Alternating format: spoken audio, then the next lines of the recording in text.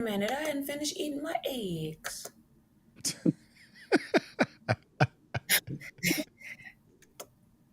So I met some of our people at the Bronze Lens Film Festival this past weekend. So which people? I met Tamira from New Jersey. Okay. She comes on the show. She's a friend of Tanya Randall's, Okay. which was really cool because she was looking, she was like TK, and I was like, huh? She was like, I know that girl, and she has to take a picture with me and everything, so that was cool. I met her, and then Orlena. Okay. Orlena was one of the volunteers. Orlena was Hmm. one of the volunteers at the film festival, so I got to meet two of our people, so that was pretty cool. Oh wow. That Yeah. was pretty cool, yeah. But it Definitely. was Yeah. funny. She was like TK, and I'm looking like, I'm looking for a face I know, Right. And she's like, I see you on Saturday mornings. I was like, yes, you do. That is me. So that was fun. I told my aunt, I said I had a celebrity moment, and she said, "Oh my God, who did you see?" I said, "No, I was the celebrity."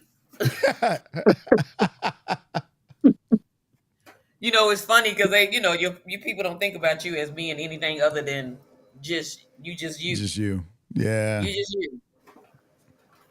So it had to be somebody else.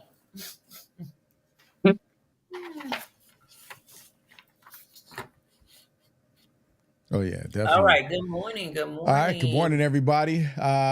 Let's do What's what it up? is What's that we do and bring in the show. Right. We gotta do that. Um, cool? and it goes a little something like this. Hey, welcome to the Black Filmmakers Lounge, Indie Industry Shop Talk. I'm your host, Michael Melvin. The Black Filmmakers Lounge is where independent filmmakers, world novelists, and professionals come together to gain insight and perspective through education, information, networking, and to discuss industry best practices that will advance the Black independent film community. I'm your host, Michael Melvin, once again, with my co-host, Tamira K. Henderson. I am getting tongue-tied. Our special guest today is Jhalen Daniels. Welcome to the show, Jhalen, and welcome back, Tamira. It is good to have you guys on, of course. Have TK back, but Jhalen, this is your first time being on the show. And you've been a follower or supporter of the lounge for quite a while. Yes.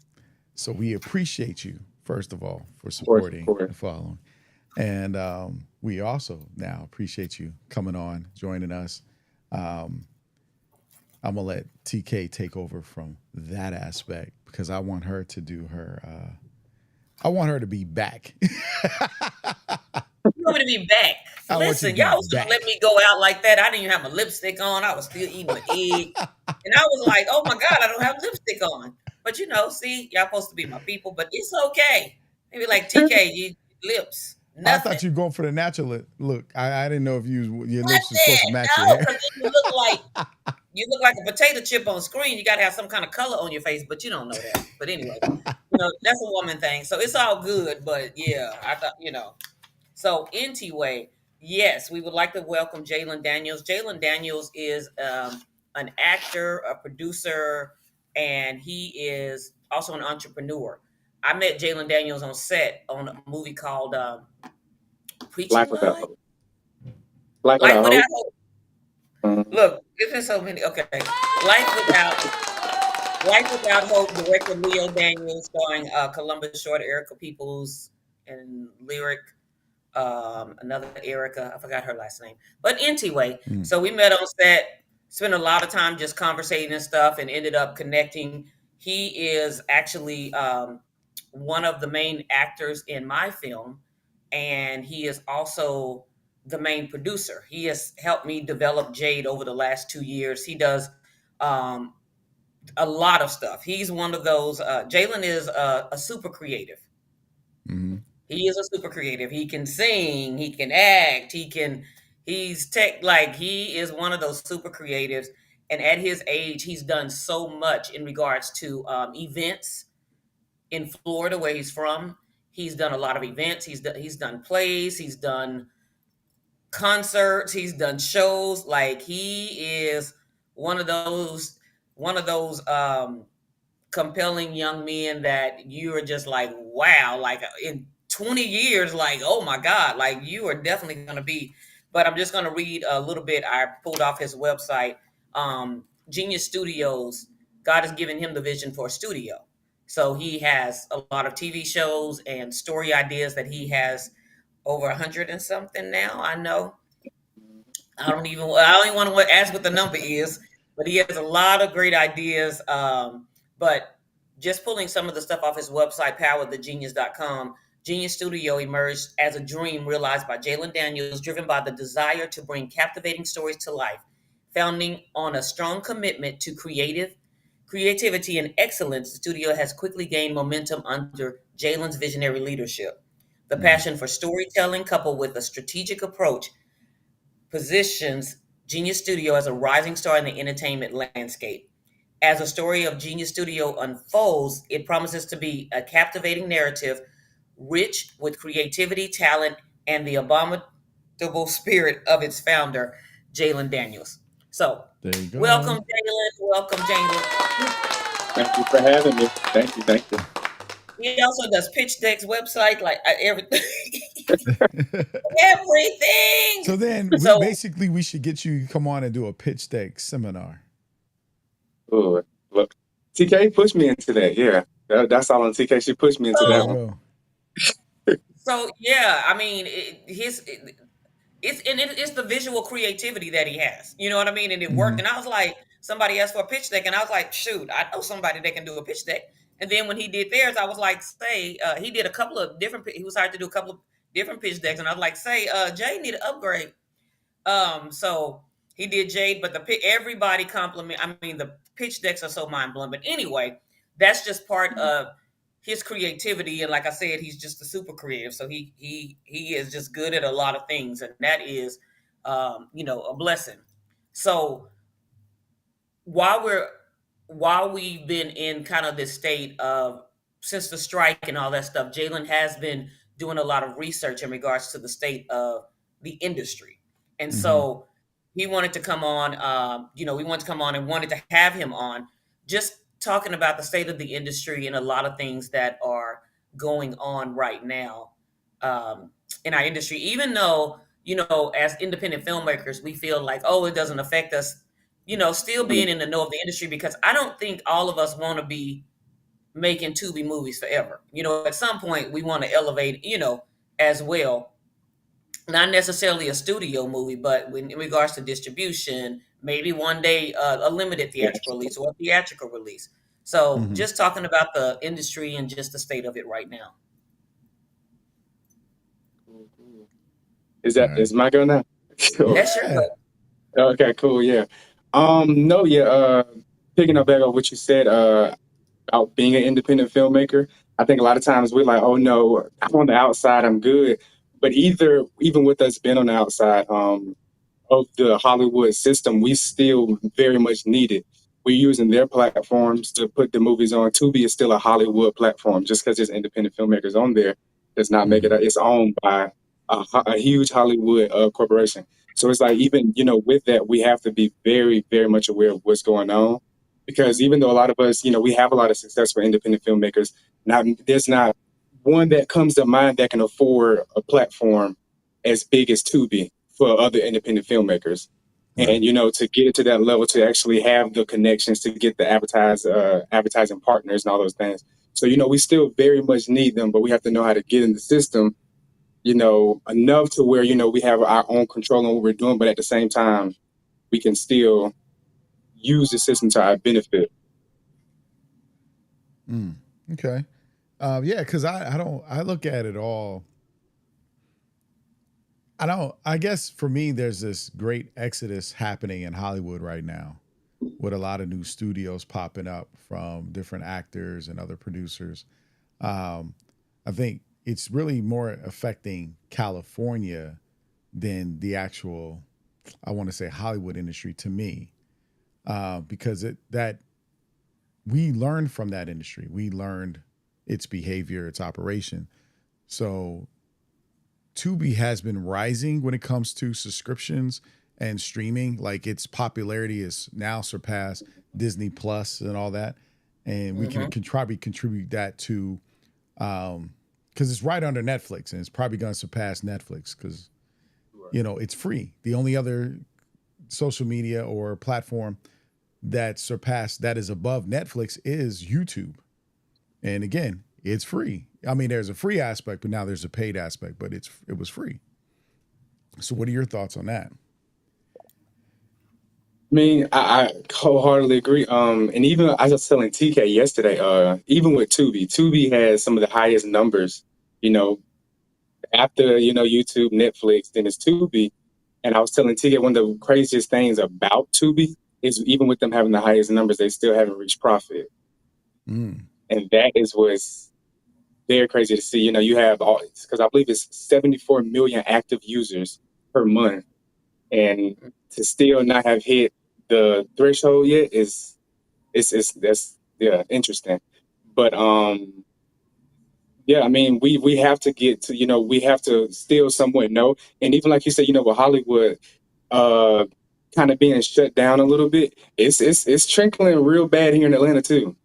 okay. There's not really many productions here happening as well. Yeah. Um yeah, like even right now, Tyler Perry not even shooting really right now.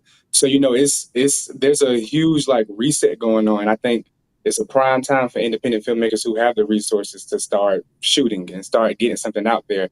Because I think there was an article. I don't know if you saw it either, TK, but there was an article talking about one of the CEOs of the studio was talking about the chaos in the industry, and he was saying like for the next 2 years how the state of the film industry is going to be and how so many projects are being canned or put on the shelf for right now while they're trying to figure out their whole system and how to get everything going back again. So I mean, it's a tricky Mm, situation. Yeah, it's like I the article one of the articles I read about a couple of months ago said Atlanta is down 40 productions. Mind you, Atlanta does TV shows for HBO Max. Marvel is shot here. DC Patrol, um, DC Patrol. You got The Resident. You have so many TV shows, not Stranger just big Things. Yeah. films that are shot here in Atlanta, but for it to be down 40 productions, that's a lot.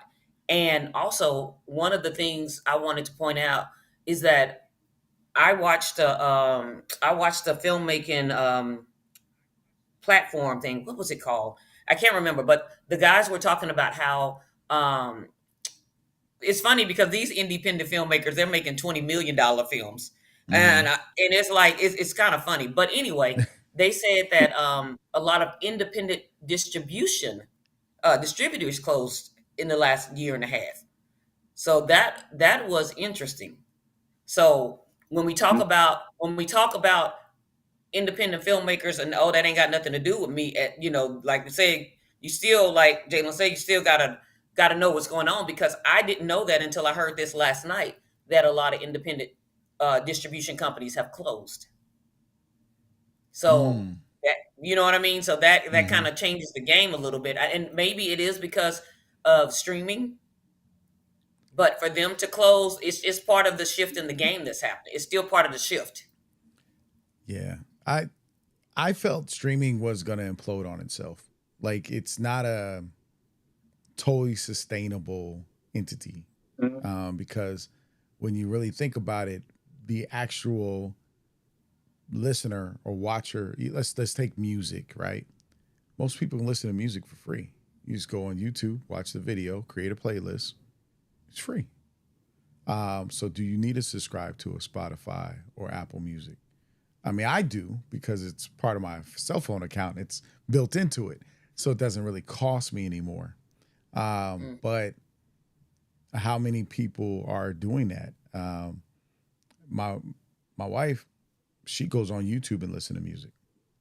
She don't even listen to the radio. Doesn't have a Spotify or any of that stuff. She just straight to YouTube because it's free.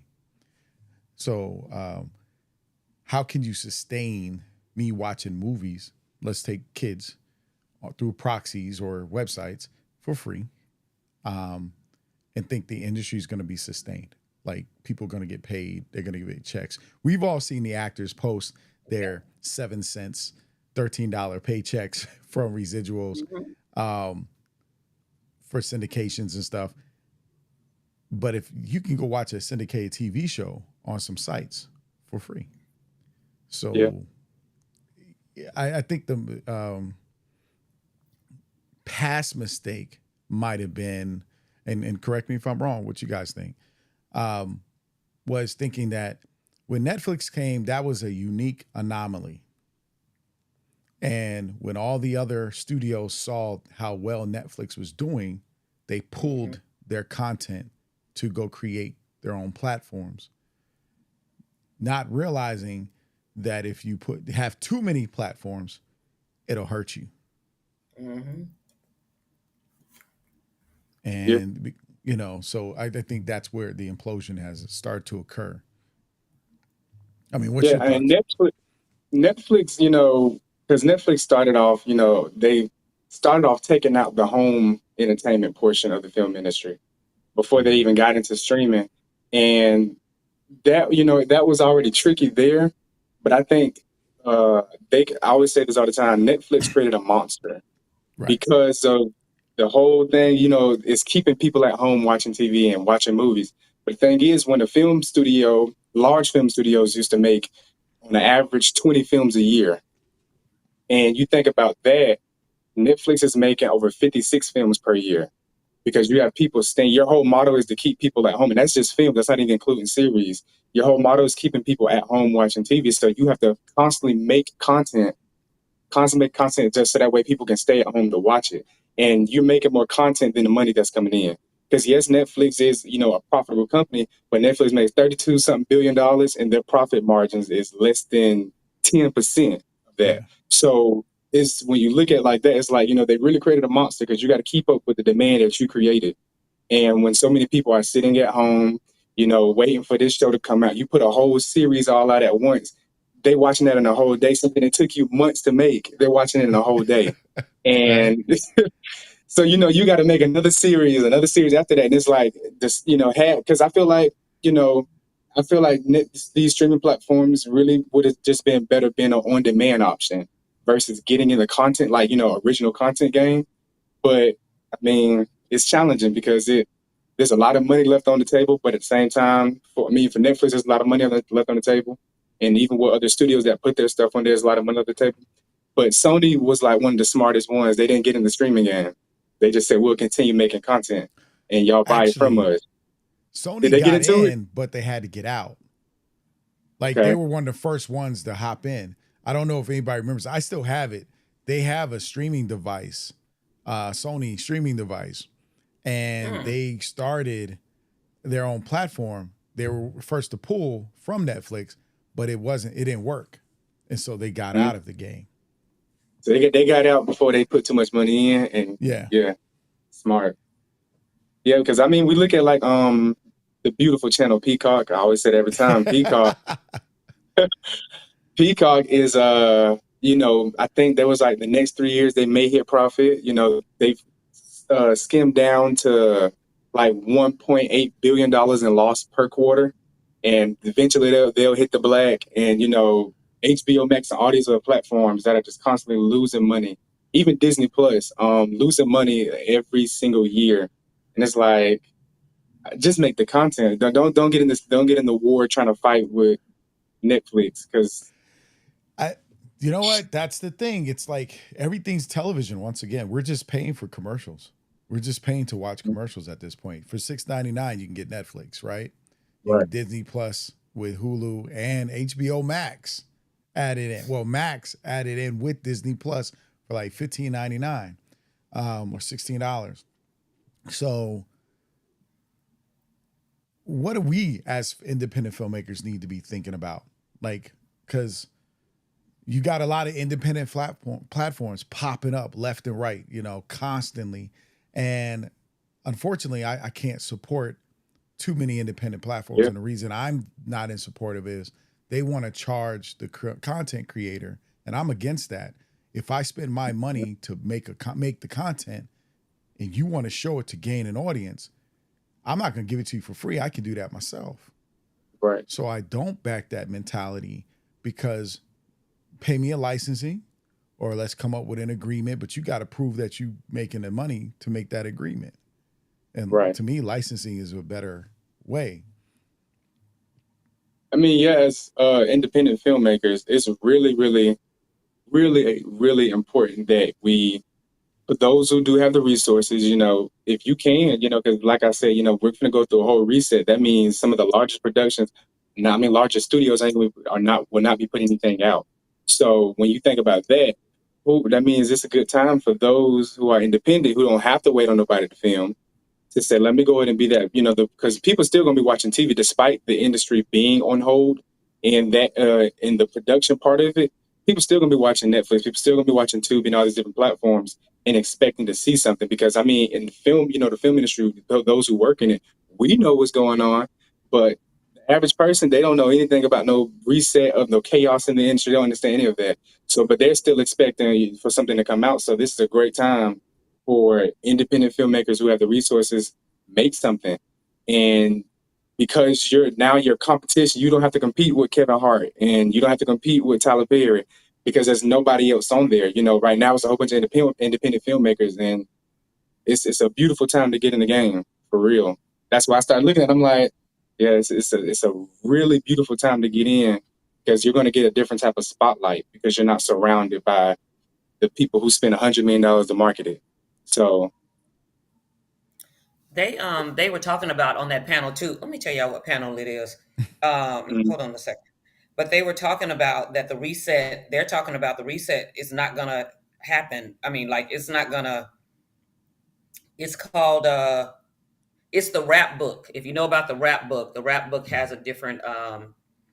The rap book has payroll and all that kind of stuff there. mm, But it's called "Where's the Money? The Realities of Film Financing Today," presented by Rap Book. So what they were talking about, he was talking about the film incentives as well. He was talking about they went into the film incentives. They were talking about it was they were talking about accounting. They literally were talking about how some people lost out on $650,000 because Mm. when they put in for their film incentives, they didn't realize Airbnb. They spent all that money on Airbnb, and Airbnb is not a Georgia company. I was like, no mm, taking. So Oh wow. listening to these things, but they were also talking about like Georgia is threshold is like 500,000, but Mm-hmm. Mississippi threshold was 50,000 in regards to getting incentives. So they were talking about stuff like that. But he said one of the guys said that they were talking about I forgot the phrase he used, but basically they're not looking for the industry to pop back until 2025. mm. Well, that's And okay. So we're at like a year. I mean, 6 months out, or a little less that than that, right? But how yeah, he far was into 2025? But see, not he even said just that. Yeah, the 2025, that might be when they start getting active again. But think about how long does it take before we actually start seeing it as the consumers, seeing before we it start Mm-hmm. like seeing films back to back again. to back But like we that could used be to a whole we two used to do. years before you even start to actually see everything come back again, because it takes so long, for them to make a movie nowadays. But yeah. Yeah, he was talking about how right when Hollywood reset, right when the strike happened, not only did the strike happen, then streaming services start cutting their budgets for films. So it was really good. It was really but yeah, he said the streaming services start cutting their budgets for films. And everybody started cutting different budgets and stuff like that right at the strike. So it was like the perfect storm. So not just not just the strike happening, but all the budget cuts and cutting, all the cuts and stuff. So that really now here we are, 40 down Mm-hmm. 40 productions in Georgia. You know what I mean? But but understanding, you know, like we said, we still need to, in this industry, we still need to keep up with something. You know what I mean? Like, Michael, I know you keep up with a lot. Jalen keeps up with a lot. So, I keep up with a little bit. Look, I'm like, yeah, I keep up with a lot, a little bit, but we still, in this industry, we still want to know what's going on, you know, Yeah. because we're filmmakers. This is our industry. So just Uh, understanding and knowing a little bit what's going on. Like, We did not get to talk about what oh, you're I watching. was gonna Yeah, say I that was towards thinking the about that. end. I was thinking about putting that towards the end today. You Okay, want we to do can put it that? towards the end. Put it towards Yeah, the end. because I was gonna say, y'all familiar with the YouTuber? He does all these challenges, and he has a game show, Mr. and Beast. I think it is. Yeah. You're right. And Amazon's giving them the funding, no union people, and it's in Canada. They're having a problem now because they built this elaborate set studio and everything for it. And it's, I mean, but he's a YouTube. See, this is the thing. Mm. He's a YouTuber, Mm. right? No real industry experience.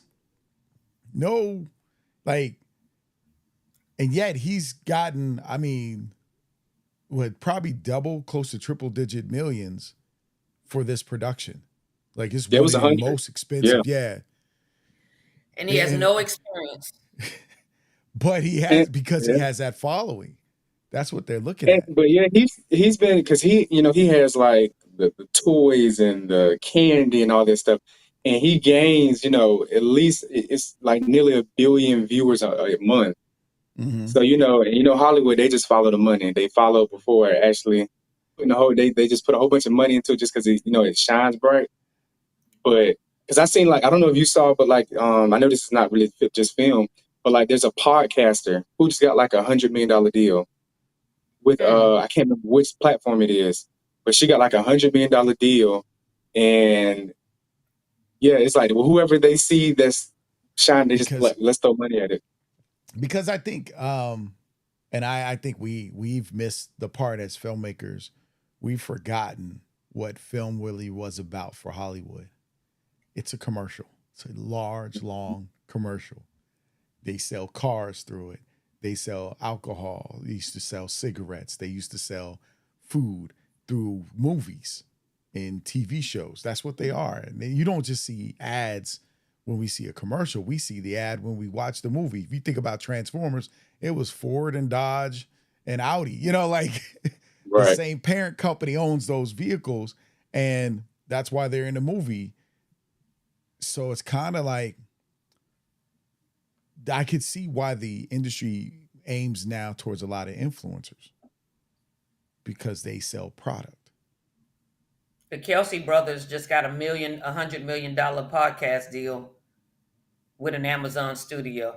I mean, with an Amazon affiliate, an Amazon Affiliate. company It was an Amazon affiliate.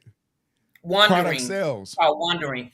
Um, but like you said, it's about the money. But at the same time, we spend all these decades learning the film industry so that when we do a film, that we are good stewards over the money that is being put in our hand by making sure we plan appropriately. And then y'all just give people with no experience money, just throw it at them. And it's like, but you expecting a return, and these people don't, like, But they don't know how to run a production. But here's the thing: is it really always about experiences, about garnering audiences? Because again, that's where the hit has been taken, even with the platforms, is the loss of audience, the loss of money, the loss of subscriptions, the loss of money.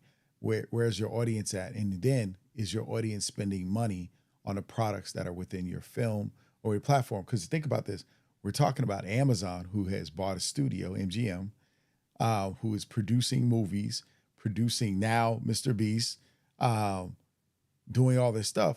So what are they doing it for? Amazon sells product. We got to remember that Amazon affiliation right there, that's product sales. And that's because Amazon's not $1 billion or almost $1 trillion company for no reason. Right.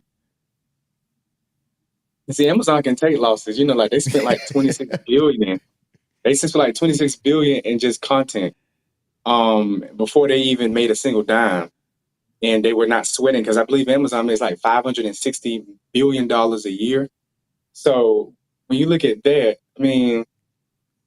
we've seen, to be real, Hollywood and those who are the decision makers do not always make the most wise decisions. Mm-hmm. And even financially, we see a lot of financial deals like, you pay how much for that? And it's like Mhm. Hollywood just be chasing money. It's like anything that shines, they chase it. And it's like the one girl who got the podcast, I was happy for her. But when I went and looked at her page, her average video does not even get over 60,000 views. So I'm trying to figure out how did she conjure up $100 million deal? And it's just because it shines. Because I was really just shocked. The- I don't even know if her Instagram don't even have at least 1 million. I'm just like, how did she get 100? Maybe I'm like, she might but have some industry experience. I was about to say, what if that backing grows that thing? Because we also got to remember this, right? And I come from broadcast media management, mentality. Um, who was Oprah before anybody really knew her, right? People didn't Mhm. think Oprah can bring such an audience, and look what happened. She made this show. Who was before her? Donahue, right? Phil Donahue. And then you got Oprah. Then you had, next thing you know, Ricky Lake. Everybody had a talk show. Um, but so it kind of comes down to it. It's the probability of money too, because even when we do a pitch deck and we get in front of them pitch, we don't know what the actual profits are really going to be of a project. We can Right. only speculate or estimate until it actually happens. We can't foresee that small little film that was made for $500 could be $1 million movie. We don't know. Um, so in the era of business, it's kind of like, all right, what does this person have to host the show? What does this person have that if we put the machine behind them, they can garner the audience? And I think that's the question we have to start asking, even with our films. What do we have with this film that'll bring an audience? So I mean, in that case, I think it goes back to how things traditionally were. We have to trust but verify. Hollywood constantly, we see it's it's like throw everything all in at once. Mm-hmm. Before it was like, no, prove that you can make this back. I feel like there has to be a healthy dose of underestimating. Prove that you can do this because we've seen this several there's several actors, there's several people that I can think of just that were social media influencers who, was thrown so much money.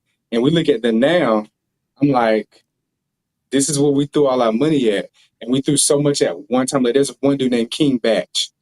Mm-hmm. He started on Vine and he was doing very good on Vine, but they start putting him in the films.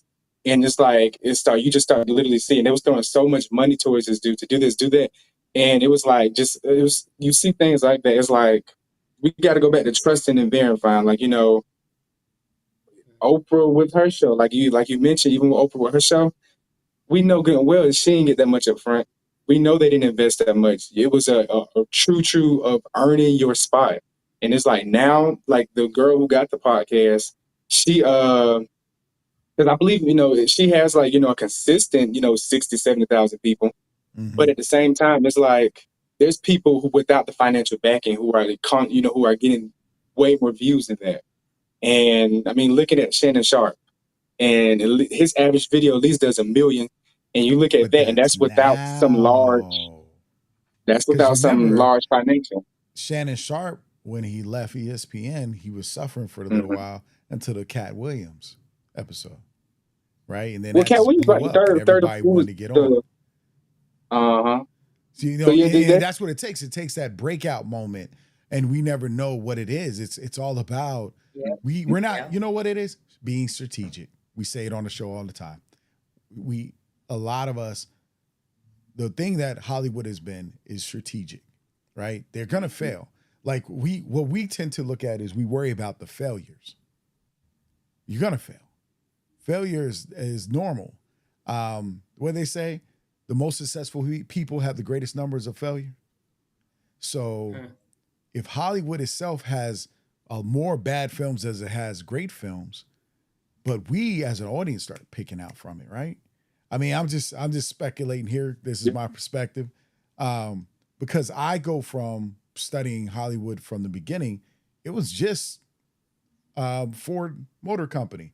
It was an assembly line of movies pumping out every whatever. They're all the same stuff. Like go back, look at the old westerns. The same story. Mhm. They had so many stories that, of They had so many stories, but they're pretty much the same thing, right? Yeah. It was just that, but they were losing when they lost money. What did Hollywood do? They changed their way of gaining the audience and went to the creative, independent people like a Martin Scorsese, like a George Lucas. They started saying, okay, we're losing money to TV. So how do we get it back? And I think that's the thing. Independent filmmakers, we don't know as a whole how to capitalize on ourselves and benefit strategically from ourselves and our creations. And I think part of our bigger issue is not coming together. You know, because we're like pockets of industries. Yeah. But I think that's our problem. But yeah, sorry. TK, you saying something? I'm Oh, listening. yeah. But now, yeah, I mean, yeah, I see, far as us coming back, but even with, like you said, with, losing that, where they lost so much business to television. And I feel like now that with the state we're in, like, now going to the movie theaters, it has to be a large, large event. It has to be some huge tentpole film. And I remember, like, I was telling one of my friends yesterday, I was like, when I remember growing up, we just went to school, on Friday. That was the day to go to the movies. Everybody was going. It didn't matter what was going to be in the film, we were going. It doesn't matter if it was a Marvel film or if it was a $10 million family movie, we were going. And when you look at that, I mean, I blame that. I have a little smaller stench for Netflix. I blame that back on the streaming because I say this all the time. Streaming has ruined the movie experience. When we used to think about, like, you watch a film, you would let that soak in for so long, and it was like, especially if it was a good film, you're like, yeah, that film was good. We would be talking about it forever. But now we watch it like YouTube videos, and it's like, okay, what's next? What's the next video? What's the next video? And that's literally because it don't matter how good a film is on Netflix, we trying to figure out what's the next movie. Before that one even could really get its wings, we talk about it and then we're done. And it's like, it has ruined that experience because it's so much content on the channels to where we have a taste testing mentality. Okay, that was good. What's next? Oh, that was bad. I'm not watching that again. What's next? And so But was it the when you look at platform or that, was it us? Like, was it I'm not saying us, but I'm saying us as the mhm, audience. right? Because, like I said, I'm a teacher, right? And when I was subbing, this is like in the early 90s, I was subbing in the classroom, covering classes. Kids were watching movies online. And by the time early 2000s, there were websites. Now, they weren't good quality now as they are now. There was still somebody took a camera and recorded, but because the industry changed, because remember the industry used to deliver reels, and it'll take a while to reel to get to the movie theater. Now it's digital Yeah. base, right? And now that it's digital base, there are foreign countries, and even in America, where they're downloading the digital version of the film to websites, and they're using it, and there's a twofold for why they're doing it. One, that's how they steal your information, right? While you're watching the movie, they're hacking your computer. Most people don't understand that that's what's actually happening while they created those sites, right? And then the other part is you're seeing a movie that's currently in the movies at this time for free. And so how could this industry combat that? Because Yeah. the numbers started going down. And I think COVID was because remember, movie theaters were already hurting, right? They were going to go bankrupt and everything, but COVID solidified that really. Because think about it, I'm going to ask y'all, when's the last time you went to the movies? Like, what, 3 weeks ago? What did I What did you see? go see? No. What's the last film I saw? Oh man, I have to check. But I know before the movie, that movie I saw, it was Bad Boys before that one, but I can't think of the one I just watched after that. Was it Deadpool? Saw Deadpool. Okay. So I was supposed to go to the movies yesterday, but got stuck in the house. I went to see Bad Boys, Deadpool, and two other movies. The other one was The Forge. I can't remember the other one I went to go see. Bad Boys, the movie theater was crowded. Mm-hmm. Deadpool, the movie was crowded. The Forge, it wasn't as crowded. It was still release day.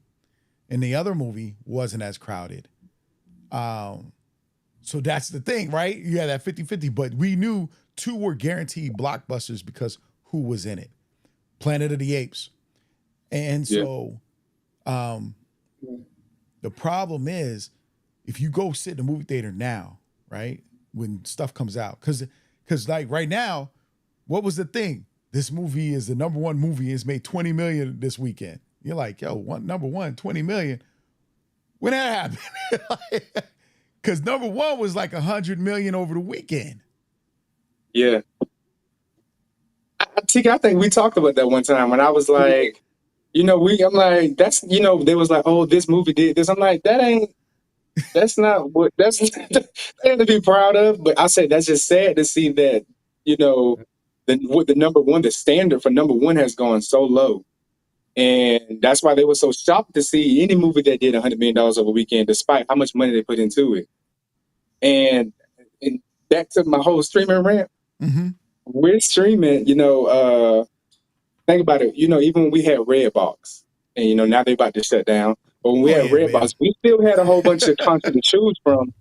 But I think it was just how much it was just put on us, and it's kind of like now, I don't know what it is, but there's another portion to it. We watch every movie the same. It can be $100 million film, and it can be $1 million film, and we put them on the same scale when we're watching or streaming. When it's like I don't put a Lifetime movie in the same box as I put a Kevin Hart film. Mm-hmm. But with streaming, we do. And I see people, they be like, oh, they should have did this, they should have did that. It should have been a plot twist. I'm like, we don't need a plot twist for a Christmas movie. For what? It's because we have this mentality of something, it has to be this big because they advertise it the same. It gets the same push no matter what kind of film it is. So it's like when you have that, the audience doesn't defer the difference between the film. So I mean, it's a battle between the audience and the screen. Into it. I think you just tapped into it because let's think about this. We went to see Idris Elba in a movie theater. Mm-hmm. Now we see Idris Elba on a TV show, and the TV show's on the platform. Mm-hmm. And then we see him in an independent film that's not in the movie theater, but it's on the platform, right? And it's like the platforms are gonna have it, but they're gonna lose it, right? At the same time, because I actually, unless, and this is just my theory, unless movie theaters, which are now starting to be bought up by studios, by the way, but unless movie theaters start showing independent films that are a lower budget and doing 50%, 50-50 deals with the producers of these independent films, I don't see movie theaters lasting long. I say 5 years, we'd be sitting with a VR. I see, I'm not going to say last long. I'm going to say they're going to slim down. Like instead of 2 or 3 in your city, you'll have one in every 5 to 10 mile radius. Yeah, they closed down the one by my house. So now we got to go like 10 minutes versus the little 7 we had. There's like 10, 12 minutes now without traffic. But yeah, we're seeing it already. But I do believe Amazon was getting in the theater business. Not far as making it on theaters, but they were like putting some of their films in theaters and promoting it. I don't know what their science is completely behind it. But Oscars. They won an Oscar. Remember? No, they wanted to do wide releases. But they were doing wide releases. You can do you can be eligible for Oscars with just being on a couple of screens. Right. But they were doing wide release films, yeah. But that's what Netflix did. Remember? Netflix, that's why Netflix bought some theaters. Right? They started releasing their movies. Yeah, I think it was Manchester by the Sea, if I'm not mistaken. Manchester by the Sea was the Amazon movie that got put out and they won an Oscar for. I believe it was Manchester by the Sea. Yeah, because Sony got Alamo Drafthouse. Their theaters, right? I think we're gonna see more studios buy movie theaters and then released straight to the movie theaters, and you got to go to a specific theater to see a specific film. to I see. see that Yeah, company. yeah, Yeah, That's because the they're only way I sustainability remember can that. I happen. think about yeah, I thought about that. Um, that's it's gonna be weird though, because it's gonna put us back into the streaming thing that we got going on, and it's like okay, because the town I'm from, I don't even know what the nearest AMC was. You know, we had Regal and we had Epic. So, you know, and Epic was a family owned one that had like 12 locations. And then, of course, you have Regal, and Regal was in the next city over. So, you look Hmm. at that, it's, you know, them small cities make a difference, Yeah, especially the ones that have a huge movie going culture. So that makes, you know, I don't know, but that's interesting. because they are bringing stuff back to the like concerts, to the movie theaters Mhm. to get you in. They're bringing back old films on their I was anniversary just a gonna lot say more. old films. Yeah. Yep. Yeah. Blazing Um, Saddles is going to be, I think, September 21st or something. mhm. Blazing Saddles, the 50th anniversary. They're putting that. They're showing that. I don't know. Look, they got to really fix that thing digitally so it can, have a good showing. Right. But Yeah. Blazing Saddles, they're this month. They're putting it in select theaters. Hmm. So I don't know. So Jalen, where's this? What does this all mean to you though, as a producer and filmmaker, and with your studio and so forth? I see it as it's an opportunity. That's what it truly is, you know. While some people are scared from it, because I mean, it's people who are the decision makers that are scared. They got the position to change things and they're scared. I see it as a great opportunity because when you have situations like this, when no one knows what to do, it's a great time for you to get in and get in the system. And, you know, you get before, because I'm thinking a lot of times we try to change this, you know, we want to get in the industry and try to change things. First, you got to get in the system first before you can change it. And getting in, you know, doing what I got to do. Because my thing is, yes, I am, you know, an independent filmmaker, but I don't plan to stay on the regular independent ground, you know, which is good starting ground. But if we have the opportunity to go higher, why not? And having, you know, so it's a great opportunity to get in. And right now, that's why I'm putting my feet in and saying, okay, let's do it. And especially, you know, seeing certain things connect. Like I was telling TK, I got like a connection with a sales agent to be able to go directly to the platforms and all this stuff without going through some, you know, an aggregator or anything. So Hmm. doing that, it's like, okay, everything lines up at the right time. And with the whole thing going on with the current state of the industry, it's a great time to just get in and really make your name because you have a lot of people who have names that are backing out right now, trying to save their money. And it's just a good time. So I just see right now it's an opportunity to get in.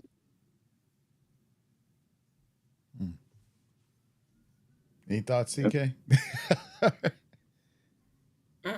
Because the industry is going to do what it's going to do. But if we always prepare like we should, if we always prepare like we should and be ready when the appointed time comes, everything will line up for us. And so many times it's like we can't wait till the industry is in a reset to get ready.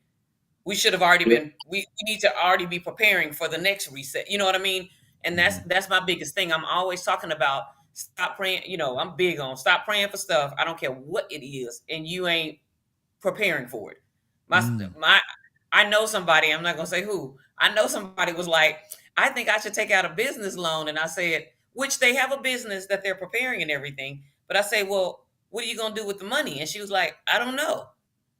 But she has a business. No, well, I'm gonna say it's my sister. They're opening a lab. They're a Hmm. drug testing lab. So they have the business. They were looking for a building and stuff. So they have the plan and everything. But when I said, what were you going to do with the money if you take it out? She said, I don't know. I said, well, you can't go take out no money and you don't know, okay, I'm going to buy equipment. I'm going to buy furniture, this, and that. And you have it already laid out. If you ask me anything right now, what I need some money for, I can pull up the document and share my screen and tell you this is what I need money for. I Hmm. have it, Right. I have it detailed out. And so I was telling her, well, unless you have it detailed out, mind you, she has the need because they do have to buy lab equipment, they have to get the contract, they have to do all of this stuff. So they do need the money and would use it wisely, but I'm like, have it written out. There's no way I could call somebody right now if I had $10,000 and I wanted to invest in an independent filmmaker, and I call somebody up and they can't send me over how much something costs, or they can't send me over this. I want to take care of location. I want to, like, if you can't send me nothing, like, what you think I'm gonna send? Like we were talking about Mr. Beast, and that's Mhm. that's 100 million. Like, I'm not gonna send you my $10,000 if you can't tell me what you're gonna do with it. Yeah. And people Yeah. want that. Well, just give me the money and I'll figure it out. No, you should have been No, preparing. no, I am huge, and y'all know I am no, huge, no. huge, huge on preparing. Don't even You have know, the Yeah. quit top thinking sheet. somebody just gonna throw something at you and you're not prepared. So I said, well, you need to write down what you're gonna use the money for if you're going to apply for a business loan. And write down Mm. and know what you're going to use it for. So when it comes in, it's like Right. it's taken care Yeah. of. So that's my biggest take. Mm. Yeah. I mean, I'm gonna say this part last, but I think, as I always say, the industry, and not just the film industry, but just in general, our whole entire country, we got to get back to just being fair and having a true system of being of fairness. Not so much about everybody winning and or everybody's happy, because they say the best deals is when both people are mad walking away from the table. And when you have to think about, if we just get back to that ground, where everybody somewhat is getting, they might not be everything they want, but we're not robbing each other, we can create a Mhm. more sustainable industry. And right now, the studios are robbing the theaters, and theaters are robbing the studios, and the streamers are robbing the studio. Everybody's just robbing each other, and this the mess we got. And for something that has made this much of an impact in the industry, it needs to find a way to fix what we have caused, because there's so many people say there's less jobs, less profit. So when you look at that, it's like, where is the industry going? And then we just have That. to get back to a ground. Uh-oh. He froze. He Uh froze. oh, Oh, we can hear you though. There you go. you hear me? Yeah, we can hear you. You just froze. It might have been your internet connection switched up on you. Probably. Um, Yeah, It's but not. just going there back you to go. being fair. That's the biggest thing. I It is. And I want to dig into some of these comments real quick. okay. Darrell said the price is a factor too. It costs $70 Hmm. for a family of three to go to the movies. I'm spending 70. If I'm spending 70, the characters better jump out of the screen. But listen, they have matinees and stuff, and all movie theaters are different prices. So there's a movie theater in DeKalb that I go Hmm. to that I can get a matinee ticket for $7. So when I don't So, have the 15 to 20 to spend on a night, you know what I mean? So they do have mhm, theaters with different prices. So, but Hmm. then Derek said the last movie he saw in the theater was Planet of the Apes, right. and Thomas said you have to have a detailed business plan. It's a must. Yes. Absolutely. It's a must. You I want think people to invest in you? Smile. It's never going to be fair. You have to be extremely educated and prepared for the challenges that would arrive when you're entering your career. And I want to point this out too, guys. Jalen is 21. mhm, Jalen is 21, and he and a lot of us are, and basically Jalen is 21, and I'm gonna say it like the only way I can say it is like he's he's he's basically like we have decades in the industry. Jalen is 21 and he has this knowledge now. So just think what you know what I mean. Just think what his next 10 years will look like. It's like, dang. Well, I didn't get called but into that's screenwriting until I was 34, but but it's you know needed. what? But that's good because I hope our younger black generation in that teens to 20s is getting the information and learning just the basic know-how first, right? Because when you have the basics added to the nuanced technology and all that, because I was going to ask Jalen how he felt about AI and or where does he see with it. Um, they can utilize those skill sets and have the growth that, let's say, our other counterparts have had the advantage of from a young age. On average, I didn't have I didn't get my first video camera until I was going into college. You see what I'm saying? Like, had I been able to hold a video camera and shoot some stuff with it earlier, where might I have been?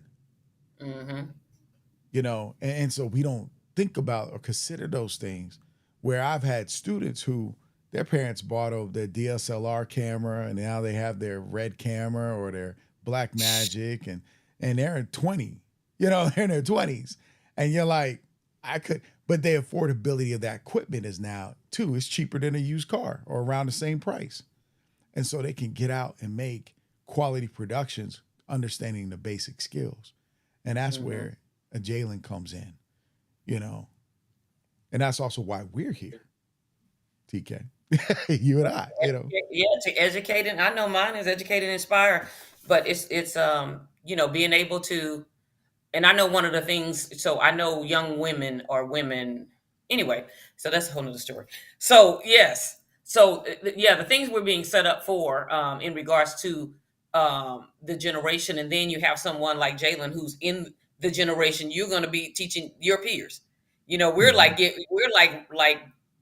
like the younger people, be inspiring, educating the younger people, and then Jhalen is like, "Hey, I'm right here with you, and I have all this knowledge," and that's truly inspiring, you know, for us as well as the young people that will come around him and that will see him and latch on to him, just like people latched on to Tyler Perry. It's the same thing when it's like Jhalen Daniels. Oh my God, Jhalen Daniels, because they're going to watch him. They're going to watch him in this industry, basically just shoot straight up, and it's gonna be like, wait, how old is he? He's my age. Well, shoot, let me get let me, you know what I mean? And it's truly Mhm. inspired because it's not like, oh, when I get to TK's age at 50, almost two, amen.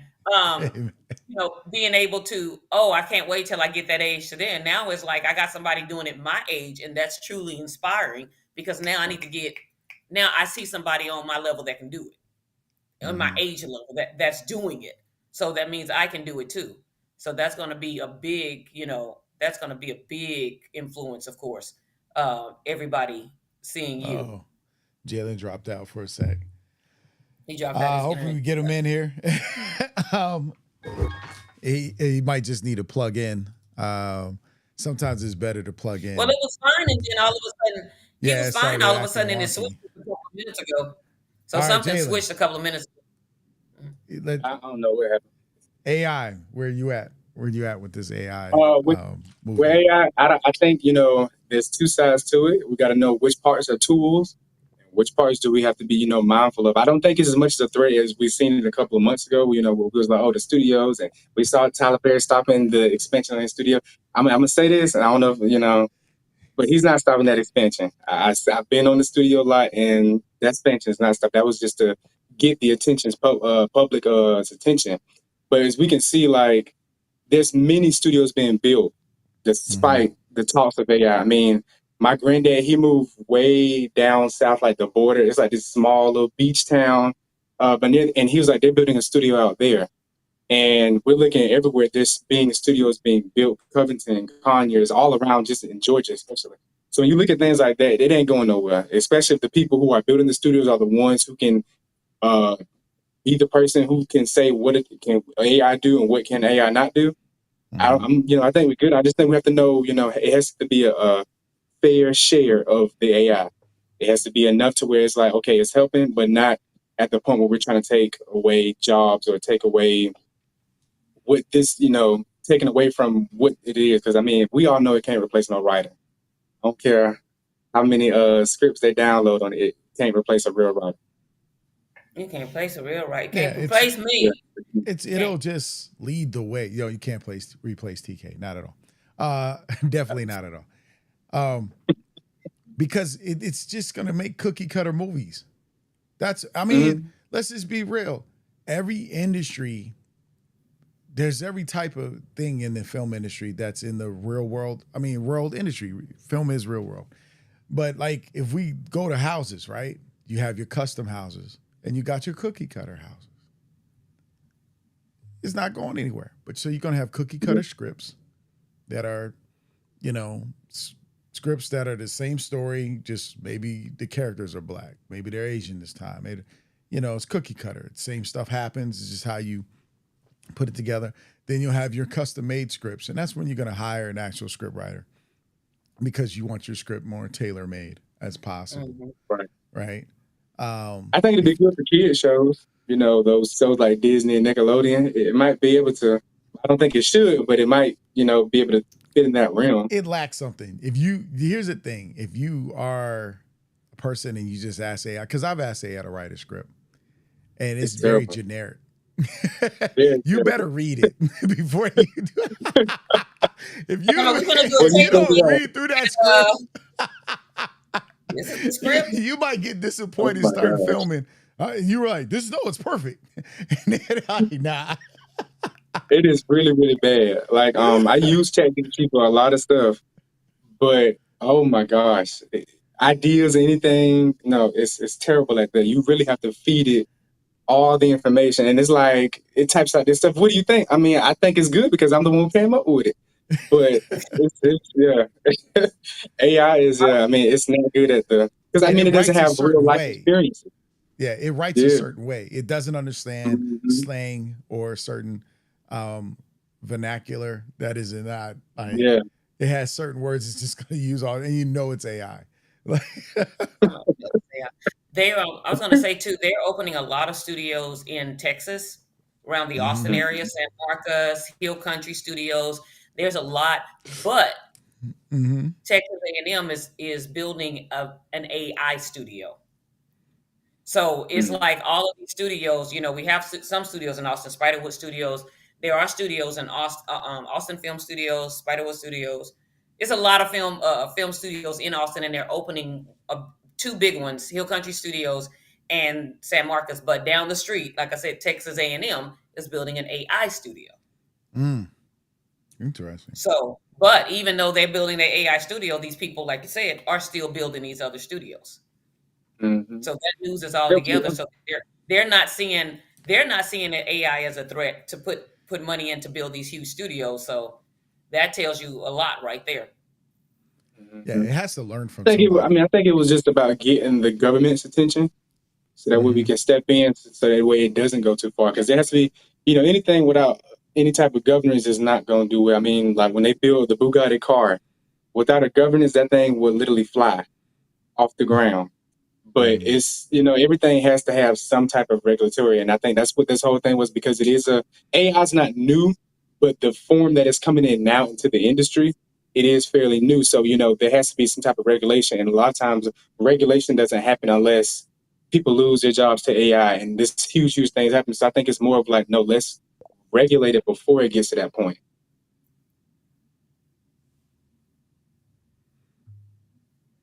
All right, so Mm, let's share that. Michael Brown says, I think you guys are a little off base with AI. I just wrote and produced a script I wrote in AI. I think people who can write, it's a tool, useful tool. No, I don't think it's a problem. Everything's a tool. The problem will be just not don't using the rely tool on it. correctly. A hammer's a tool, but if I start swinging it at people or using it wrong or trying to hammer something that shouldn't be hammered, then I'm using a tool wrong. I'm all for any type of tool. I'm about reality, right? It's Mhm. like when we had hammers to hammer nails. Now we got a nail gun. People started using nail guns as weapons, right? Or you thought, well, we got nail guns, we can cut our infrastructure down. So we hire less people because we have nail guns and we make one or two people run around shooting everything with nails, but no one's there to measure it back where you have or make sure it's in correctly or they're using the correct nails or things like that. So, like Jhalen said, you can't just use a tool without having certain filters in place to make sure it's being used right. Because what happens is if you write a script in AI and you solely rely on that AI written script, see, Michael, you might know how to write a script, or of course you know how to write a script, but Mhm. somebody else who doesn't know how to write a script writes a script and goes, I got it. And they go to sell it and they go do all this stuff with it. Or they don't know the basics of scripts. They didn't even read over their story and they think that that's it. You always have that group of people. Mhm. It's like there's a person who uses CapCut to edit and think they're doing a wonderful job. The AI and CapCut's doing the work, but they haven't even done any audio, color correction, none of that real stuff because they don't understand those needs. They Mhm. actually, let's just say it, people who are using cameras, they don't understand lighting. Most cases, these newer people coming in who just, oh, the editing software light it for me and fix it for me and give me the look I want. And they don't understand lighting shapes the look and feel of the film. So there's those basic, that's why I said earlier, the basic skills need to be known first.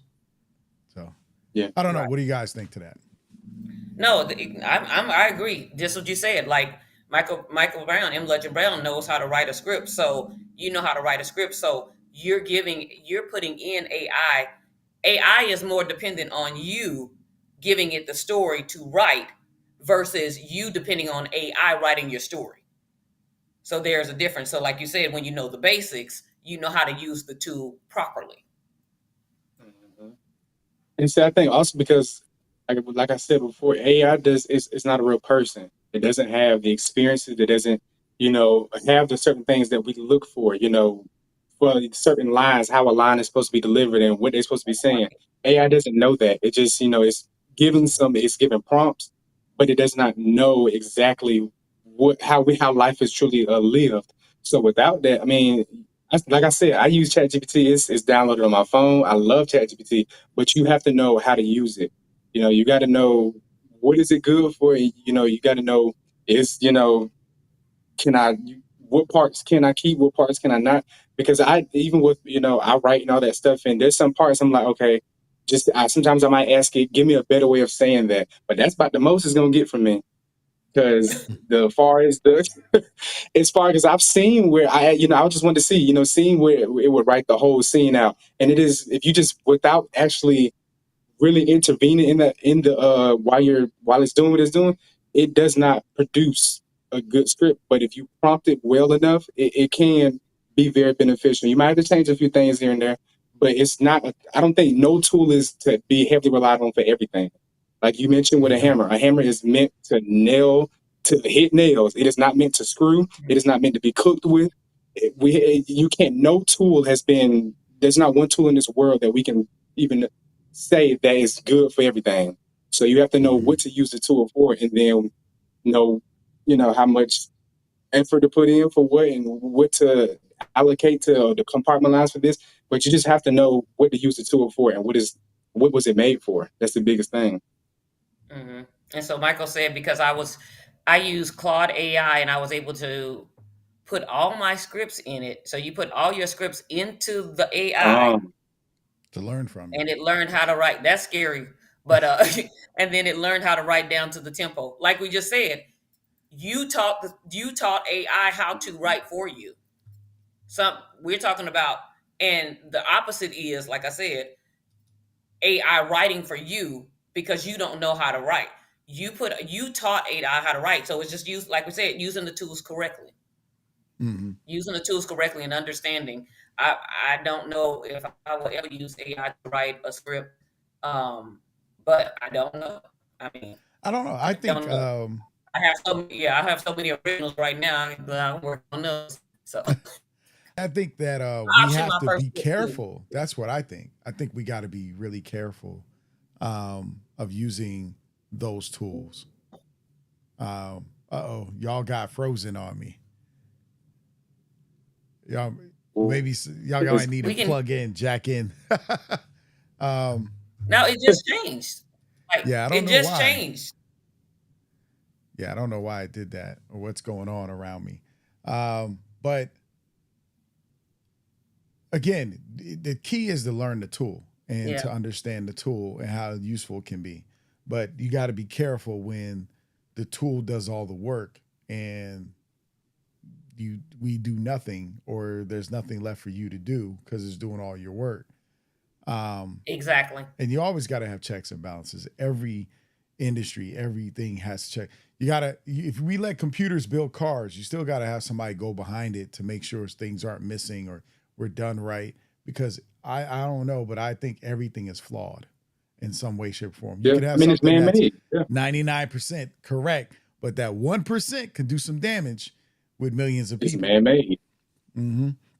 Um, So so that's how I look at it. All right. If y'all got some more questions or some thoughts, go ahead and post them in the comments. But as you do that, let's get into what you watching.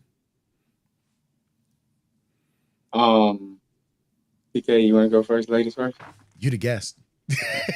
Oh Lord. I've watched a lot of stuff. I've seen The Deliverance by Lee Daniels. I thoroughly enjoyed that film. Recently, starting yesterday, I watched the miniseries Fight Night with Kevin Okay. Hart, Samuel Jackson, Terrence Howard, and I'm Jhalen really really Daniels. enjoying that. I'm Jhalen really Daniels got enjoying that. to go out and work on that set too for fight night. Go ahead. Okay. Yeah, that was fun. But no, yeah, so that I'm enjoying that and seeing how it all come together, how it all came together, and they released only 3 episodes. Peacocks, their thing is they release 3 episodes a week. So Yeah. yeah, so that's I'm watching that. And I watched some film with Michael J. White. It was a decent film, but yeah. You watched for what was that? Forever with Tay Diggs and Megan Good, that Lifetime movie. Oh yeah, I watched Forever with Tay Diggs and Megan Good. That was pretty good. I mean, it's a heartstring movie, but Oh, really? that I, was I pretty was good. thinking about checking it out. So, yeah. Okay. Yeah, I heard it had some Yeah, tears. I was it like, had a I little. cried last week on the movie. Let me take a week off. Um, anything All else? right. Okay. I watched I watched the Supremes at Earl's All You Can Eat. So I Hmm. watched that. It was a little hard to get into the first 35, 40 minutes, but it turned out to be a really great movie. So it Okay. was, yeah, it turned out to be a really good movie. I cried a lot. I ended up crying more than I thought I was going to cry. But I went to the Bronze Lens Film Festival. We had a film there, My Dear, created and directed by Greg Ellis and co-written by me. Uh, and so I got to watch a lot of films there. And one of the films that stood out the most it's a film called A Little Hope for Chicago. If it is Mm-hmm. at a film festival near you, let me tell you, you can thank me later. I have never seen a documentary told as a one man act. Hmm. He told his story as a one man act, and they had like three screens behind him. And the stage hands and the crew were like the few extras that they needed. They would have Mm-hmm. like a crew shirt or stagehand, and they would come in and be the extra, and they would move stuff back off the set while he's telling the story. And he played like 12 different characters in his life. And Okay. then the thing flipped because he introduced us to his son, and then the thing flipped and like dropped us on, like it dropped our hearts on the floor. Like we were laughing and enjoying the storytelling. We were all into it, and then it was just like bloop, and broke it down to the gun violence in Chicago. Let me tell you, I have never in my life seen anything like it. It was a documentary told as a one man show. And the guy said after his son got killed, because he was in the street, so he talked about his stuff in the street. So it was like some moments like, oh man, oh damn, he died, all of that. But for the most part, it was uplifting and lighthearted. He started with the little boy that used to bully him, the little boy that came up to his chest that used to bully him in elementary. And so he drew us into this story. And I mean, you guys, I have Mm, never ever seen anything like A Little Hope for Chicago, Kevin Okay. Nichols. And he said he went mute after his son got killed, and his wife told him to write his story. wow. Mm. And so he started telling it as a one act play and going to Compton College, where his friend was a professor. And he said they performed it one time in front of a group of students and a guy or some people. And a guy stood up with an ankle monitor. He said he never lifted his head, but he told him, man, keep doing what you're doing because that's going to reach a lot of people I know. And he was like, and that was like the whole confirmation for me. And I'm telling you, if you ever get to see it, they're trying to get it out, but right now they're putting it in the schools and stuff. If you ever get to see it, I promise you, it is the best one of the best films I've ever seen. Okay. Ever. Yeah, definitely But gotta yeah, look into but that. it was a documentary. So I did want to mention that one to you guys. Mm. Okay. All right. Was that it? Well, and I seen a lot of shorts. I seen a lot of shorts and stuff. I seen one called "The Interview of X." That was really good. So a lot of seen a lot of great short films and stuff. So yeah, Hmm. I seen a lot. Because it was a film festival. But yeah, Okay. Thank you both for sharing that. um, I so I've been watching movies and TV shows. So yesterday I watched the movie Rebel Ridge. It's on Mm, Netflix. Um, Good movie. I have some thoughts about certain aspects of it, but it was actually a good movie. Um, Trigger warning or trigger something with that's Jessica yeah on Alba. Netflix. Yeah, I saw that. I was curious about it. I was kind of like, it was interesting, but it was something missing for me. I was watching the series on my block. I finished out. I've never seen it oh, okay, before. I didn't realize it started in 2021, but I watched all yes, the seasons up to through episode 4, through season 4. Good show, actually, a pretty good show. Um, then of course Power. You know me. We've been watching. We finished out the. I think it's the season finale was Bel Air because they had started releasing 3 episodes, but they with Bel Air as it got closer to the end, the last week they only released 2, and this week they only released 2. They didn't do the mm, threes like they started off. okay, Um, Power started back up, so we did like I said, and so I saw something, a trailer for a movie that I think the take is interesting. It's a Robert Zemeckis movie with Tom Hanks called Here, The mm, Journey Begins.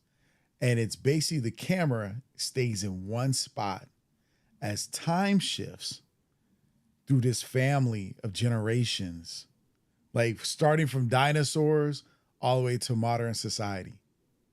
Like the really, camera does not move. Everything Tom happens in Hanks. front of the camera. It's Tom Hanks, Robert Zemeckis. It's they both came. Zemeckis did Forrest Gump, so they got back together for this film called Here. Oh, it's coming out Mm, November 1st. You already Yeah, seen it? not seen it, but I saw the trailer and I thought Okay, that is wow. an interesting take. The camera stays in one spot and you tell this story. Because I was thinking of the one man as you were talking about. I said, a camera not moving and you're telling a story in front of it the entire time. Wow. Right? Of course, there's visual effects and stuff involved and all that, but I just thought about it like they're not doing those switch of camera angles and cut to this and cut to that. It's like it all has to take place in front of the camera where it is stationed at. mm, And so if Wow. y'all get a chance to check out that trailer, like I said, because I always think of stuff that's interesting, Mhm. right? mhm. Because one of the things we say for people beginning their filmmaking journey is if you can do a film that happens in one location and tell a good story, your audience doesn't That care. They don't care that how is many locations you go to in your movie if your story is good. You can Yeah. be in a jail cell the entire time. Like, or, like we look at movies like Saw. We got other films that take place in just one location. Um, Mhm. I think it's more fascinating and it pushes you to write well and Mhm. improves your writing. Um, but yeah, I've watched a bunch of stuff, which is interesting. I just watched a lot of things. Um, since because we've been gone for a minute, right? 2 weeks. Were we 2 gone for weeks. 2 weeks? Because the last time we were, we had Derek on. And thank you, Derek, for joining us today, and Thomas and Michael and um, Jarrell. uh, yeah, Darrell and everybody else who's joining us. We appreciate y'all. Um, yeah, it's just one of those things. Like seeing a lot of different movies, it puts in perspective. Like I watched I watched the final episode of Mayor of Kingstown, right?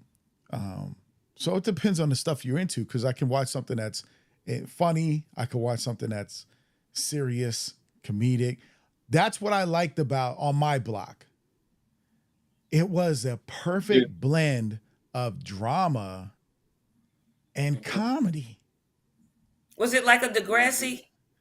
I've never Because watched Degrassi. Okay, I What pulled it I'm up saying because it is was the this: actress it's I was about looking 4 at. kids in a Yeah, Black Hispanic neighborhood, yeah. and everything that goes on from gangs to money to all that you can see, and them growing up together and separate and coming back together.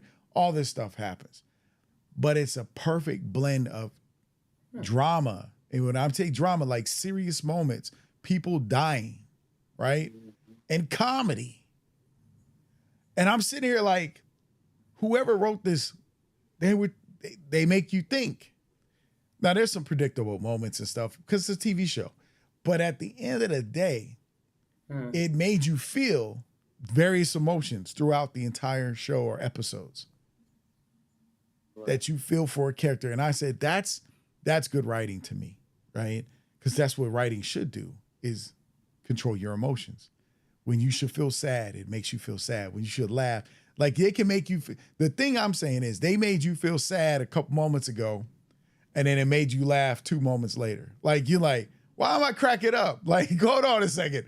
I was just like, dang, my heart, But they have you laughing, so that's why I liked On My Block. Um, Yeah. and I look for stuff like that because that creates that uniqueness to me to a storytelling that we I have to have to check think that out. about. Yeah, it's on Netflix. And Terminator Zero, I watched it's an animated version of Terminator. It takes place in Japan. It's right before Skynet goes online, and it's about combating AIs. So Wow. maybe people, but when I say combating AIs, there's more than one AI involved Mhm. with Terminator, and so of course everybody should know about Skynet. So there's another AI coming online with Skynet. So it's an interesting take, and they talk about time travel and time and choosing. So it's a little boring. Kids can get a little annoying, but as it plays out, you start to understand some things. So that's what I saw, and then I went to the movie, saw The Forge. I really liked it. Oh I, yeah, the Forge. Okay. The Kendrick brothers. Let me tell you, the Kendrick brothers. My favorite movie is Facing the Giants, like from them. But I watch all of mm, their movies. I watch all of their movies, and they're all like, we talked about the Lifetime budget, like the yeah, Lifetime look, Jalen. It's like they all Kendrick Mhm. brothers all have the same kind of look and feel, but they have powerful movies. It's like they don't need to make Mhm. $80 million movies. They really have a great look and a great feel at the level they're at right now. And they yeah. and they're successful. I think their only movie that actually didn't do as well was the Flywheel. Flywheel, the first movie, and Yeah, then their remember you first talked movie. about how once they did the other ones, I haven't watched Flywheel yet. Yeah, how I they got to remember structured to their go back. distribution But deal based on yeah, the others with Flywheel because everybody wanted their other films like Fireproof and Courageous and War yes, Room and all that, and Mhm. they always keep Flywheel in the thing. Like, hey, you want this, you gonna get this. It's smart business structuring. I might go see Forge tomorrow. I might go Yeah, see The that Forge, it tomorrow in was the theater. good. I liked Mm. it. Tiffany and I went to go see it, and it hit it tugged at some strings, and it made me think about a lot because of course we have a men's group that we text around with each other and have conversations and so forth, and pray for each other, and, help each other out. So Has that's anybody seen Trap? so What is I it? was thinking about seeing it, but I just kept saying he's gonna disappoint. Who is it? Yeah, M. Night it's a movie Shyamalan called Trap. Trapped. It's a Oh, yeah, it's I about don't watch it. Look, every movie since Sixth Sense has been like the all creepy crime. Like I'm like, Not every one of them. I'm gonna leave that for Derek. I'm gonna leave that for Derek. no, but this it's not a horror. This one I don't. It's not really a horror film or It's like a anything, but thriller. yeah, it's a thriller, and it's like they're trying to. Remember, I think I told you about it. They're trying to catch the serial killer, and they use the concert as bait to catch him. And it's really his way of ushering in his daughters because they're in the film. M. Night Shyamalan's daughter, Mm, Mm. right? See, mm. because the Look, trailer looked good, but I was like, I don't know, because I'm gonna be It mad if it it don't go the looked way I like it want was it an to. interesting story, Yeah. but I felt something. I was just like, Nah, it's gonna get cheesy towards the end. Yeah, because They're I've gonna seen do some of the reviews. I something. said, let me not read them. Yeah, Now Yeah, I don't read haven't the read reviews. them, If you but plan on watching a movie, don't don't read the read the reviews. that doesn't bother me. Like I always have prediction about movies, like, oh, where's it gonna go? What's gonna happen? Like to Mm, me, he's gonna get caught, right? And I was like, who's gonna get him caught? His daughter? You know, like that's how I look yeah, at stuff because they give you so much in the trailers at this point. that's You just exactly what make I was gonna. predictions. That's exactly what I was gonna say. Yeah. Yeah, a lot of these So trailers they give away so much of the movie. Like, there was one movie that me and TK saw. What was it? Not, the one with Quavisionate and Jennifer Hudson. What was the name of breed. that one? Breathe. Yeah, I had turned it off halfway because I knew they was going to get a whole movie away. I said I'm not even going to watch the whole trailer because it's like you always know they're going to get a movie away there's yeah, every time. that's hard though because for us as filmmakers, we read trailers and movies differently than the audience. Mm, Now there are some audience people who go, they give me too much, but there's some they would never go see it if they didn't give that much. Yeah. that is true. You know, because if you just threw up a name and said Will Smith coming in da da da, some people go see it because it's Will. Others, I don't know enough about the story. I don't want to go see it. Yeah, So it's a hard place to be. yeah, You that know, is true. Yeah. but Yeah. that's just something we gotta think about. Like that, and I think that's where so Jhalen, I got this question for you. Since we're on Mhm. the thing about trailers, how do you feel about indie filmmakers only relying on social media for trailers? Um, with me finna do my first film that of my own. Mm-hmm. With me doing that, I had already came up with a whole strategy for marketing. Okay. And social media is it's on there, but it's not the biggest piece. I know there's like my hometown, certain places like that, certain areas where I can really, really use, physical advertising, like your billboards, not that stuff. It might because it's more expensive to get billboards in Atlanta, of course. But I knew you can't just rely on social media because right now it's so saturated. And you have companies that are paying 30, $40 million to market on there, and their films still aren't doing what they're supposed to do. Like when The Color Purple came out, and they was like, "Oh, they spent 45 million on marketing." It's like where? Only thing I saw was a couple of Facebook ads, and none of them had Mm-hmm. even over 300,000 views. At least on your social media, it's nothing to get millions of views, especially when you pay that much money. So I think as independent filmmakers and any type of artist, you got to find another way to advertise right now if you truly want to, get us, there just has to be another way to get to people because it's so much. You have everybody is a digital creator now. They make one video and now they're a social influencer. So you're fighting against that. Everyone's literally fighting for attention. So it's like you'll be real smart. Like back when everybody was doing the large TV commercials when they made a movie, it was Mm-hmm. very smart how Tyler Perry used the email list. It's Right. like what is the current what can we use today for instead of we don't people don't do their emails as much, but what is the current email list for today? Because social media is it's a little saturated, and yes, you're gonna get some there's gonna be some wins from it, but I think right now it's a great time the same way. Like I said, getting into the industry is a great time to actually find another avenue for marketing because the social media thing you can put a lot of money in and mm-mm. Unless you're TK going into the group keeps. specifically. Yeah, I'm Sorry on about both that. screens. Yeah, she TK switched out somehow. Oh, Um, jump out, jump back in real quick, TK. Sorry. Okay. I don't know what happened. Um, so let's get her back where she belongs. There you go, sis. It's getting wonky today. You know, that's what starts to happen when we get good. No, I was asking because here's the thing I've been thinking about, and maybe this is it. Podcasts, mhm. right? I mean, what is the best way for filmmakers to get a chance to talk about? And I'm not just talking about audio podcasts, but I'm talking about here we are talking, right? we could play your trailer. We could have a conversation with you, meet a few of your actors. People don't understand that attention because people want to connect with you.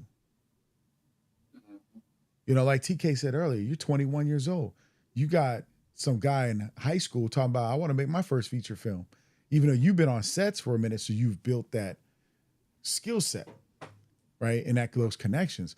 But if somebody's watching you like, hey, how did he do it? Now it changes the thing. That's where authors went, podcasts. You know, authors went to streaming on YouTube and to sell their books and they're talking to other authors. I think we're kind of missing a lot of the tools that's right in front of us, but also we're not using television. Because I just saw, not just saw, but a couple weeks ago, I saw the ad for Paramount Plus. You want to advertise on Paramount Plus for as low as 2 cents. Mm-hmm. So the streaming platforms, yeah, like TK just lit up like, huh? For as low as 2 cents.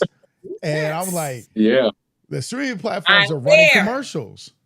And so if you're gonna watching give a it a try. movie, but you see a trailer for another movie, you go, this gotta be legit. Mm-hmm. You know, so we have to start. That's why I said we need to start talking in pockets and groups and be like, hey, you know. Don Fuller said, what about June 10th was good movie? Juneteenth. Juneteenth. Oh, you talking about Juneteenth? Miss Juneteenth? Donna, you talking about Miss Juneteenth? I love that movie. I love that movie, Miss Juneteenth with Nicole Bahari, if that's what you're talking about. Yeah, I don't Trying to know. make if Maybe so, there's yeah, another movie at the festival.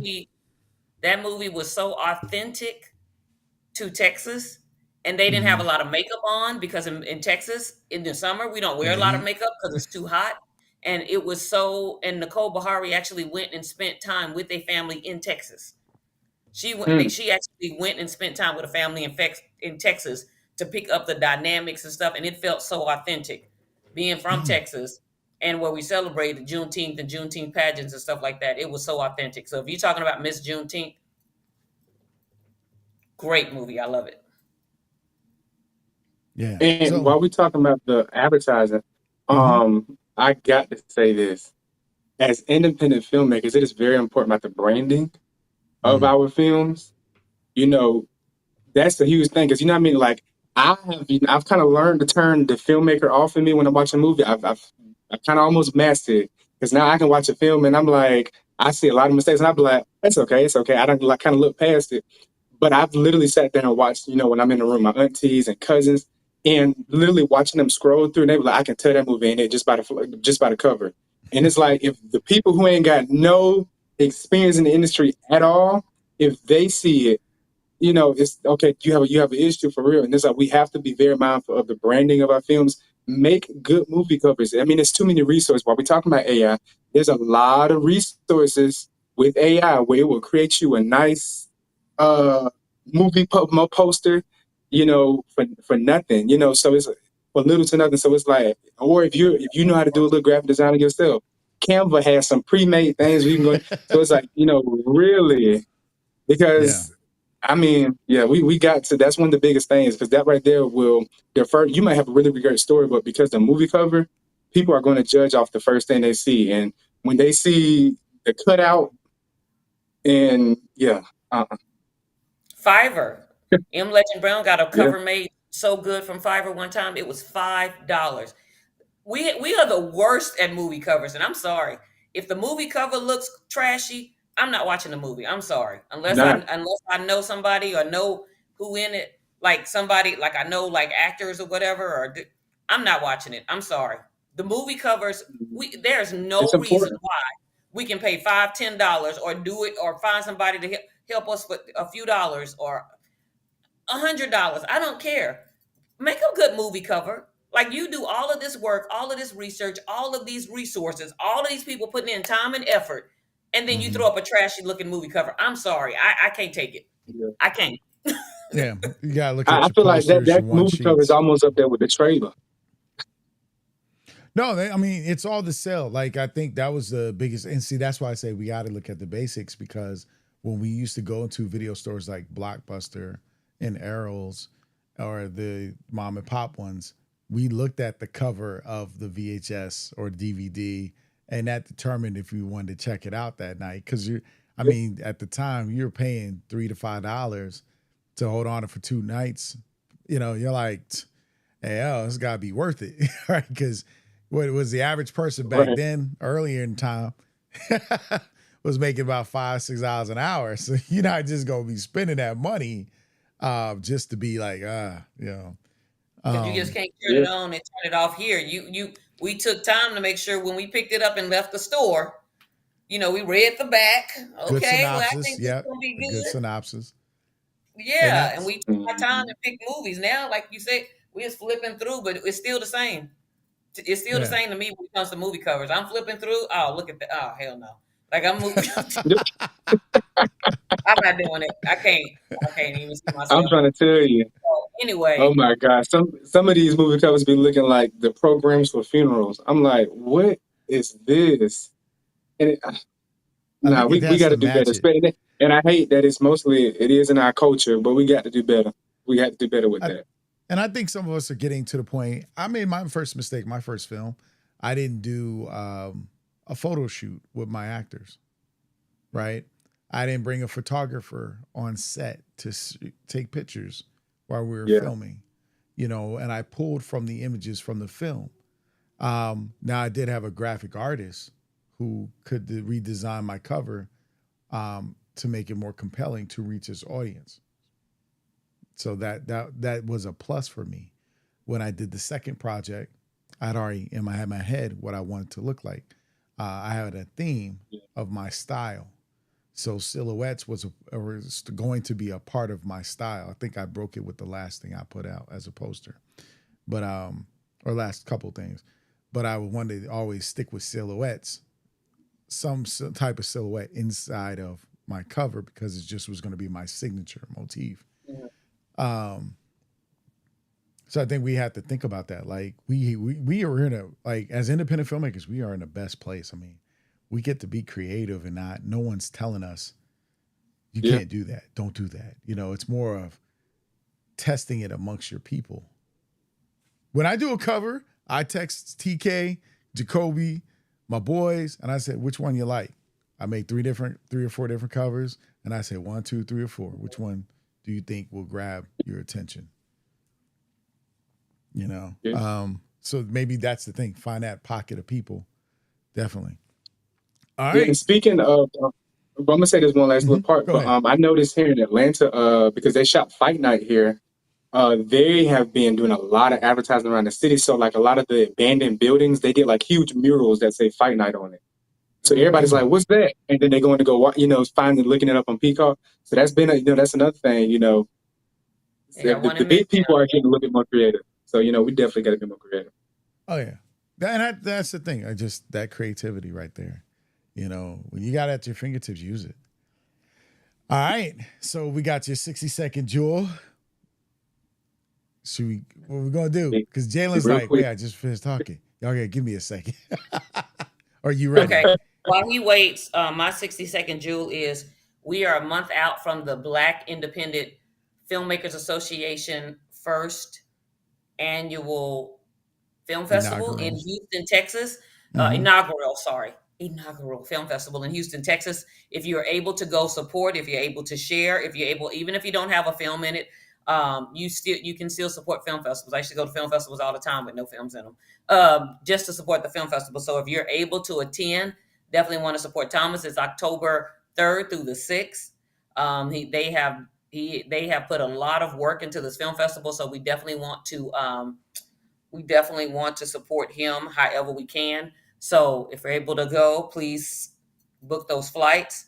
M Legend said for the trip, and they push it out to the world. I was told by this distributor that you make a trailer and poster for the distribution company, and they push it out to the world. So I think it goes both ways because it depends on the type of distribution you're looking at. Um, some people are going to get a distribution deal.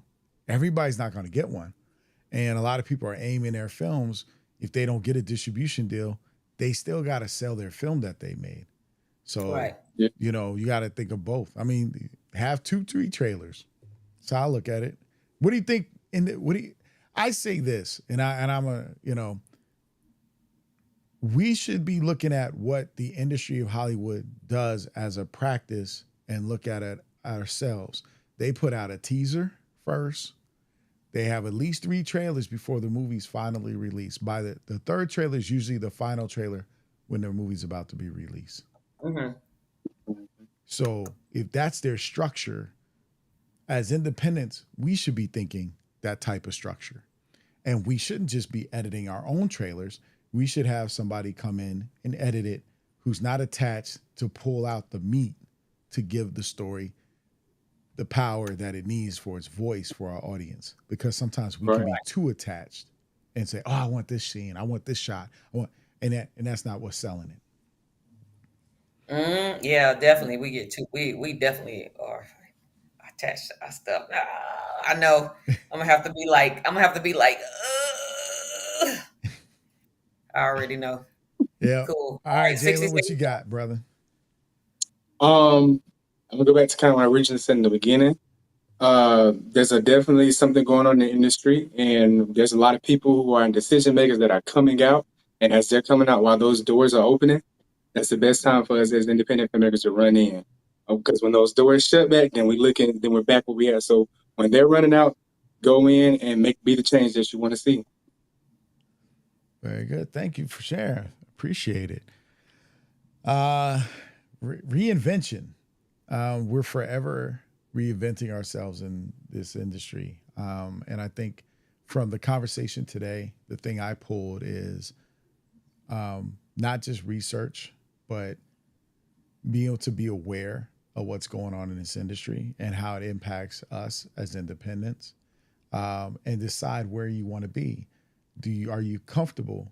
Well, I'm not gonna say comfortable. Well, no, I'm gonna say it because comfortable can have a bad connotation for people. You get stable, you stay comfortable. But if the pocket you want to be in is just solely independent and empowered, that's fine. If the pocket you want to be in is, I'm gonna start off independent, but I really want to be on the studio level of doing things, that's fine. Just know where you want to be, and then you can always reinvent yourself to go further, but don't limit yourself. That work? Absolutely. All right. So be strategic, intentional, and authentic is the Black Filmmakers Lounge way. So we like to thank Jhalen Daniels for joining us today. Thank you. And TK Henderson for being my co-host. And I welcome back TK. As always, Jhalen, thank you, sir, for coming on, hanging with us. I know you've been a supporter for a long time. And I'm Michael Melvin. This is the Black Filmmakers Lounge. Like, subscribe, share. Follow us on Spotify podcast, YouTube podcasting, Facebook, Apple. We're a lot of places right now. And the good thing is on Spotify podcast, you can watch the video. On YouTube podcast, you can watch the video version, or you can just listen on either one, and definitely listen on Apple Podcasts. Like, subscribe, share, join the Black Filmmakers Lounge community. Know what we're about, but we're here to support filmmakers, their growth, and exploration. So we love you guys. Enjoy your weekend. Go shoot something, film something, make something, write something, and make it happen. And we love y'all. Y'all got something to say? Like, subscribe, and share. I know that got a little sentimental. Like, subscribe, and share. And we won't. So just to give you a heads up, we won't be on next Saturday because I'll be out of town, and we found out where I'm going. We can't get connected. So it's one of those times. But we'll be back on the 20th, hopefully. But we're definitely looking forward to. And we see y'all later. We out. Like, subscribe, share. Peace. Subscribe and share. Like, subscribe and share.